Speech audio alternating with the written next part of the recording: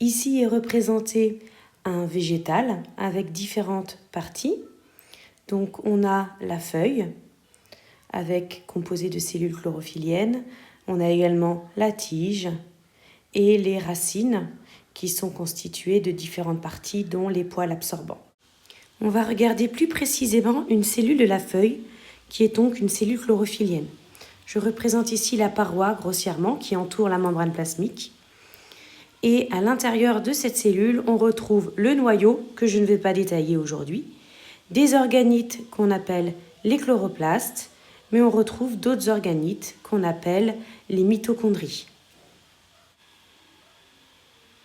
Donc ces cellules chlorophylliennes vont recevoir de la lumière qui provient de l'extérieur. Donc si je dézoome, la lumière vient directement taper sur les cellules chlorophylliennes et donc provient du soleil. Et grâce à cette lumière, le chloroplaste peut effectuer ce qu'on appelle la photosynthèse. Donc la photosynthèse a besoin pour fonctionner de molécules d'eau, mais également de molécules de dioxyde de carbone et va fabriquer du glucose, C6H12O6, mais également va fabriquer de l'O2.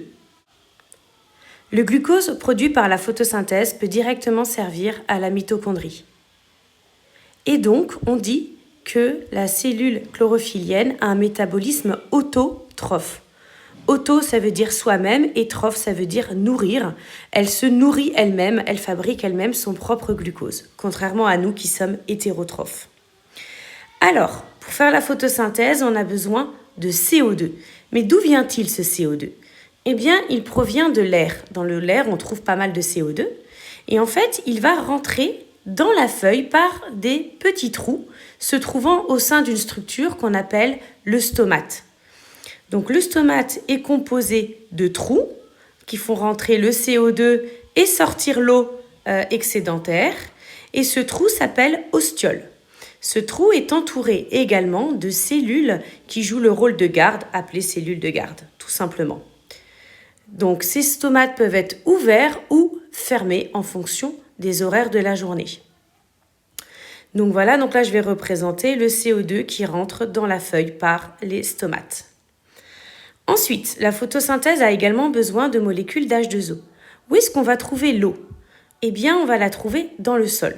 On trouve des molécules d'eau, mais également des molécules de sels minéraux. Et donc, ces molécules d'eau vont rentrer dans le végétal au sein de structures qu'on appelle les poils absorbants. Donc, ces poils absorbants font rentrer l'eau et constituent vraiment de très bonnes surfaces d'échange car ils sont très nombreux, ces poils absorbants, et il y a une très grande surface. Du coup, beaucoup d'eau peuvent rentrer au travers de ces poils absorbants. Si je zoome, un poil absorbant, c'est une cellule spécialisée avec une forme particulière et donc une très grande surface d'absorption. L'eau rentre jusqu'à des tuyaux que j'ai représentés en vert foncé et ces tuyaux s'appellent les vaisseaux du xylème. L'eau et les sels minéraux vont circuler dans la plante dans une structure qui s'appelle la sève brute et vont aller jusqu'à la feuille et jusqu'à mon chloroplaste qui en a besoin. Alors, je reviens sur mon glucose qui est produit lors de la photosynthèse. Oui, la mitochondrie des cellules en ont besoin, mais toutes les mitochondries de toutes les cellules en ont besoin. Donc, le glucose va circuler dans toute la plante au sein de vaisseaux qu'on appelle les vaisseaux du phloème et ça s'appelle la sève élaborée.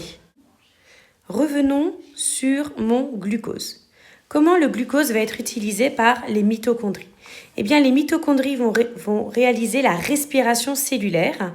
Elles ont besoin de glucose, de dioxygène et cela va fabriquer du dioxyde de carbone et de l'eau.